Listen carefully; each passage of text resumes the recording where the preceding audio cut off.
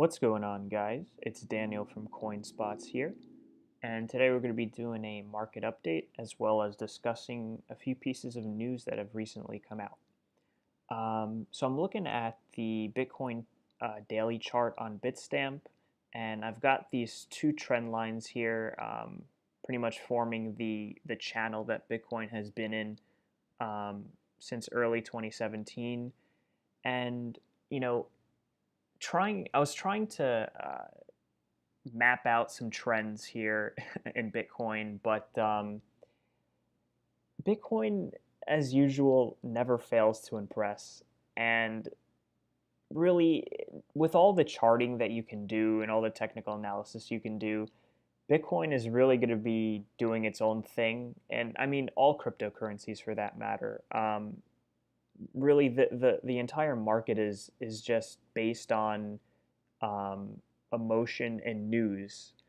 Um, I mean, guaranteed technical analysis does play a huge part in it, but at the end of the day, it's what kind of news comes out and you know the emotions people are feeling. That's what is really going to be driving the market price.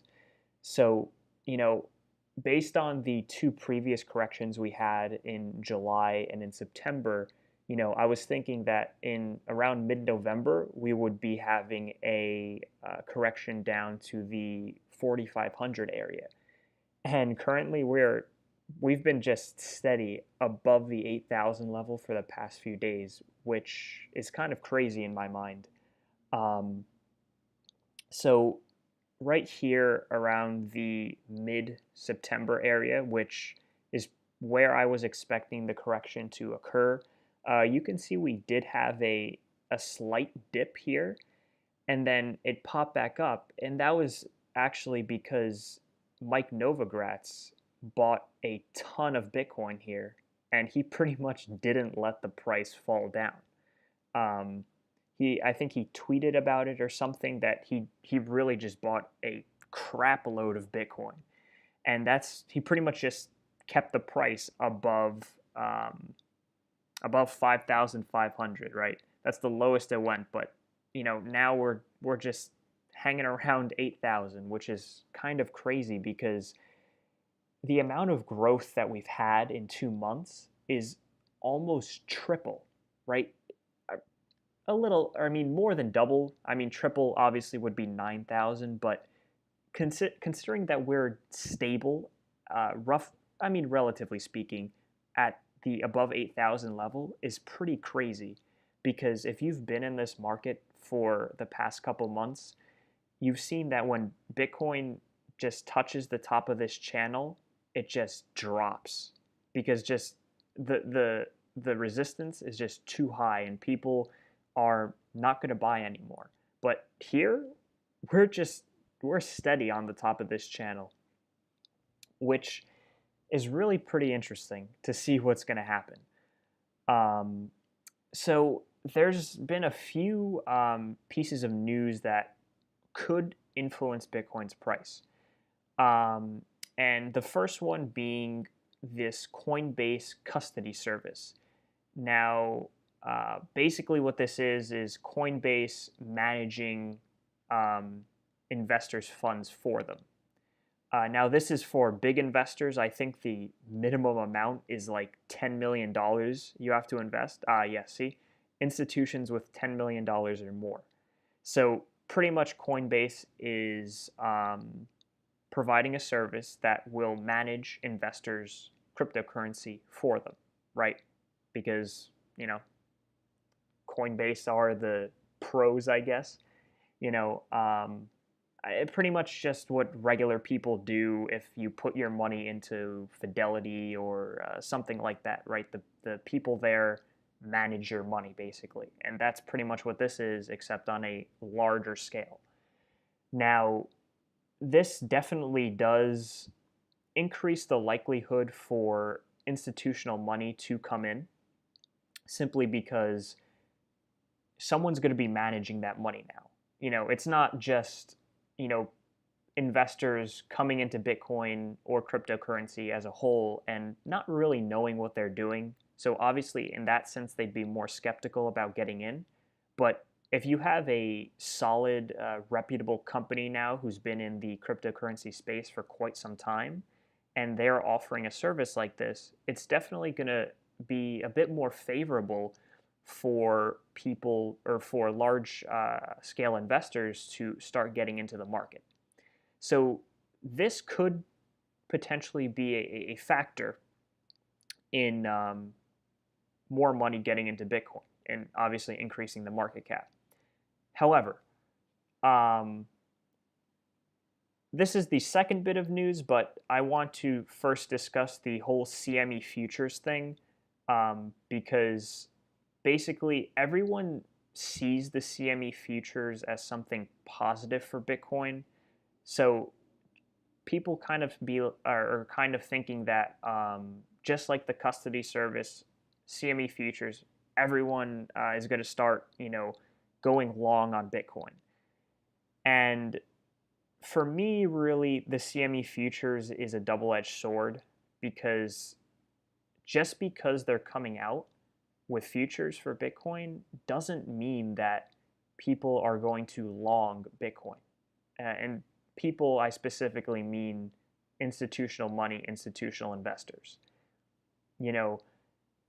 I think still a lot of institutional investors don't really believe Bitcoin in the long term, and they're going to short it, right? I'm not saying they will. It's just that that's pretty much the sentiment of a lot of large scale investors, Jamie Dimon being one of them. But we'll get to this article in a second. But basically, what I'm saying is that there is the possibility of institutional money shorting Bitcoin. And, that begs the question, what are people going to do then, right? If they see a ton of people or a ton of money being shorted on Bitcoin, is that going to change people's emotions in terms of Bitcoin in the long term? And I think that's a pretty important factor to note because a lot of times with news in cryptocurrency and whether it's an update to a coin, there's a new wallet coming out, there's whatever the case may be, like a new update like the Metropolis update for Ethereum, right? Anytime something like that comes out or speculation of positive news like the CME futures, people always think that the coin has to go up, right? CME futures, man, that's going to bring institutional money in. Bitcoin has to go up. The new wallet is being released for, whatever coin. That coin has to go up. And the reality is, it doesn't, and the CME futures is definitely a good example of how it doesn't just, or it isn't just something positive for Bitcoin. It could be something negative. And I think that's a very important point that I want to stress, is that just because it could be positive doesn't mean it will be positive. Institutional money can still come in and short Bitcoin. Now, moving on to this article, which is pretty funny, that Jamie Dimon is obviously known for bashing Bitcoin. And now it's been reported that JP Morgan may be getting into Bitcoin futures trading. Now, I mean, obviously this isn't like Jamie Dimon changing his stance on Bitcoin. JP Morgan is a bank and they have to cater to what their clientele wants. And since Bitcoin is and cryptocurrency is pretty popular nowadays, that's probably why they're thinking about getting into it. It's not just because, or it's probably not at all that Jamie Dimon is like, oh, I think Bitcoin is legit now or something like that. It's just more of JP Morgan catering to the interests of their clients. But I mean, on top of the CME group, right, if we have now more banks adding Bitcoin futures, potentially it could drive the price of Bitcoin up. But as I said, if people decide to short it, it's going to be interesting to see how the emotion changes in the market, because really the institutional money is what can really change the price of Bitcoin. You know, it's not like an altcoin where they're pretty much community driven. You know, if we look at, like, I guess 95% of the coins on CoinMarketCap are driven by community support, where these top coins are where institutions are going to be looking at and pumping their money into. Um, so that kind of leads me to another point that I wanted to discuss in this video, is that within the coming months, especially in 2018, what's my outlook on cryptocurrency in 2018? I think it's going to be, or I think we should all be more focused on the top coins on CoinMarketCap. So top 15, top 20 coins. And I say that because as cryptocurrency becomes more mainstream, these are the coins that big money is going to be looking at, right? Big money isn't going to be, going down and seeing, ZCoin or Tron, they're going to be looking at these top cryptocurrencies here.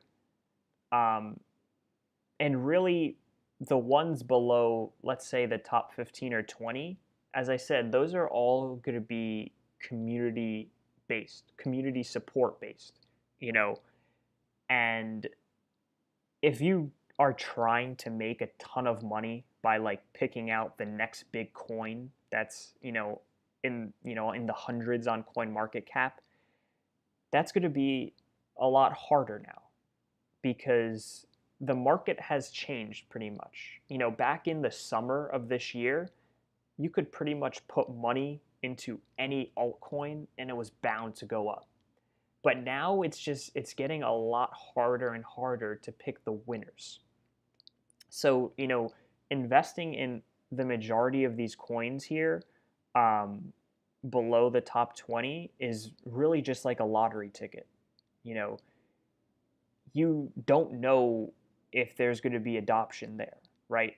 And now I'm not saying that, institutional investors aren't going to be touching these coins at all.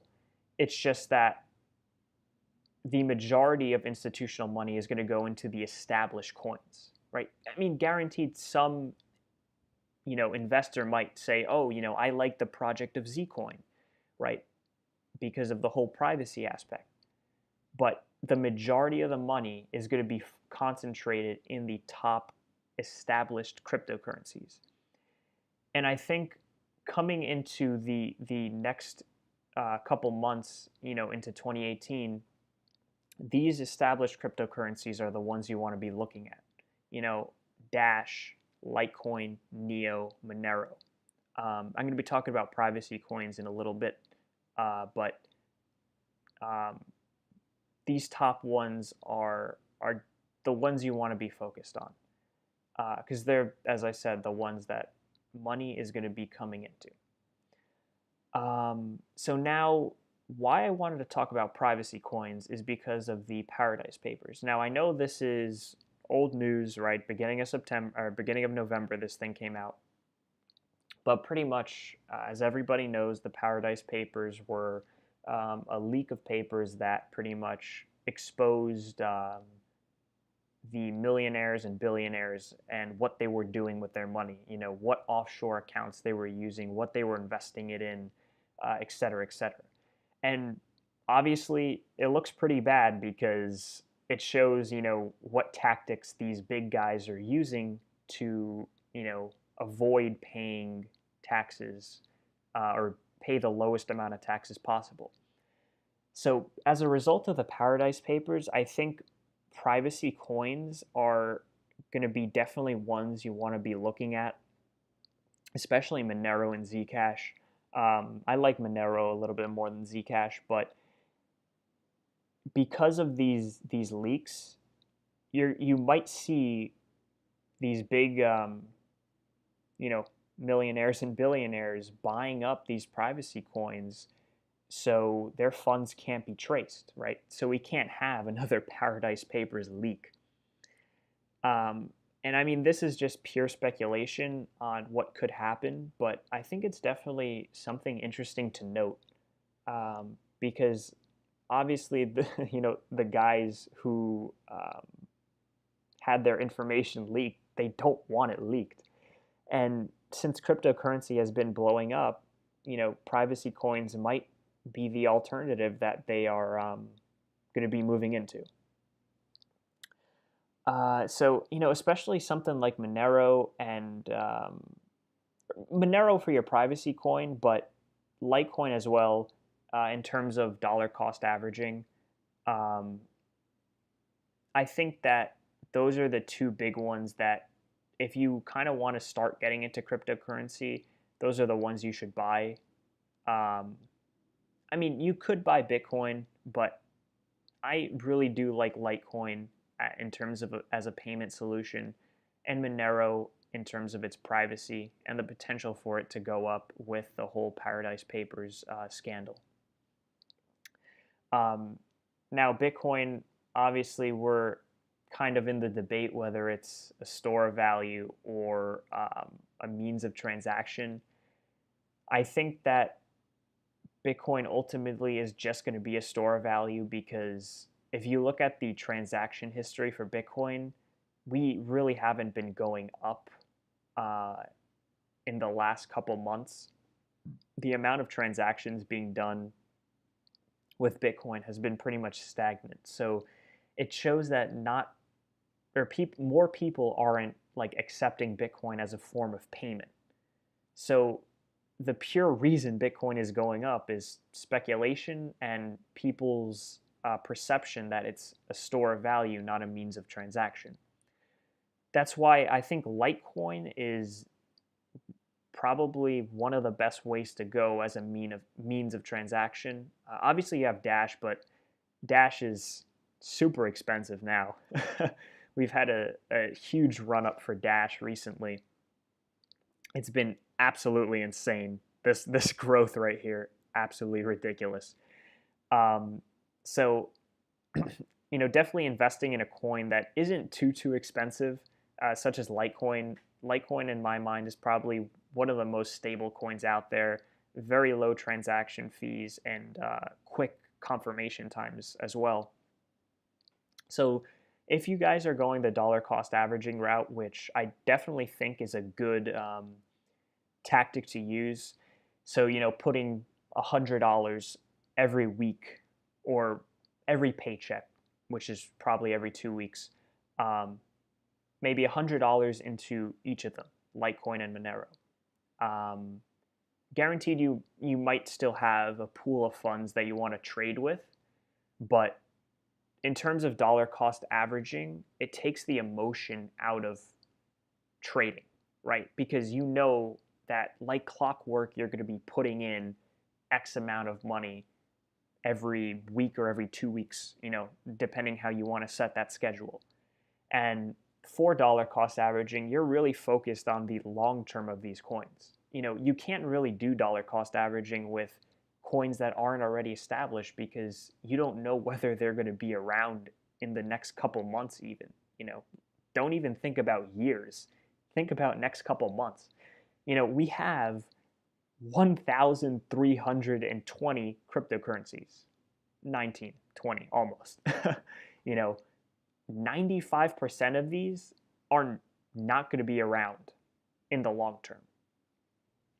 So when you want to do dollar cost averaging, you want to make sure you're looking at some of these more established coins.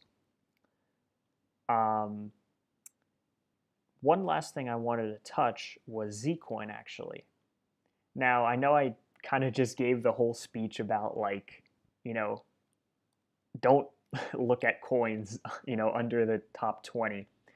But that doesn't mean that, I'm not saying that you can't, and I'm not saying it's a bad idea to. If you find a coin and you like the project, ZCoin in this example, yes, by all means invest in it. I was just discussing how considering the cryptocurrency market is pretty much like how can I get rich quick and how can I find the next big coin, that's why I compared a lot of the coin or the majority of coins to a lottery ticket.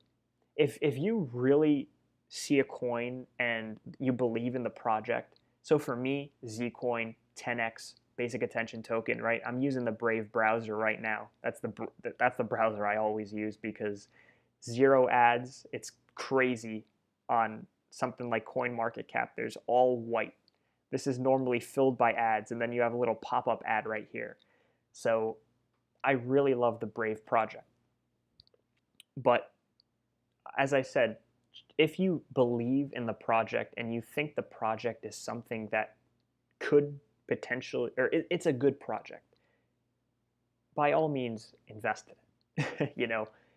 Just don't invest in a cryptocurrency just because you think it's going to be the next big coin. You're like, oh, I'm investing in XYZ cryptocurrency because I see everyone talking about it on Twitter, so it's going to be the next big coin. You're gambling with that. If you find a coin, you like the project, yes, invest in it. So for ZCoin, it's a project I really do like. The price has gone through the roof the past few days, or past few weeks rather. How much is this here? Like 170%, which is crazy. Now, the reason for this, if you don't know, is because ZCoin is coming out with their Z nodes, which is pretty much a master node on the ZCoin network. And they didn't tell people like how many coins you needed to buy for a master node, so people ended up just getting a ton of ZCoin because you didn't know how much it was for the master node. But I definitely think ZCoin is one to keep your eye on in terms of privacy. It's got a good team, good project, great ideas, and they've got an awesome roadmap and a product that actually works already. So we've been, like a lot of altcoins, bouncing off of this 0.86 Fibonacci level here and just went through the roof. So ZCoin is definitely one you want to keep your eye on.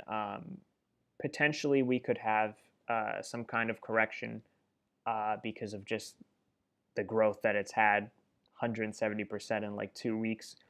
But in terms of the project, I definitely like the project for ZCoin. I'm in some ZCoin right now. So it's definitely one to keep your eye on. Especially look at these huge green bars right here. Nobody is selling this stuff. And that's just purely because of the master nodes that they're going to have. So yeah. Other than that, guys, I think that wraps up today's video. So if you enjoyed it, hit the like button, subscribe. I'm going to be trying to make some content more frequently. So yeah, thank you guys, and see you in the next video.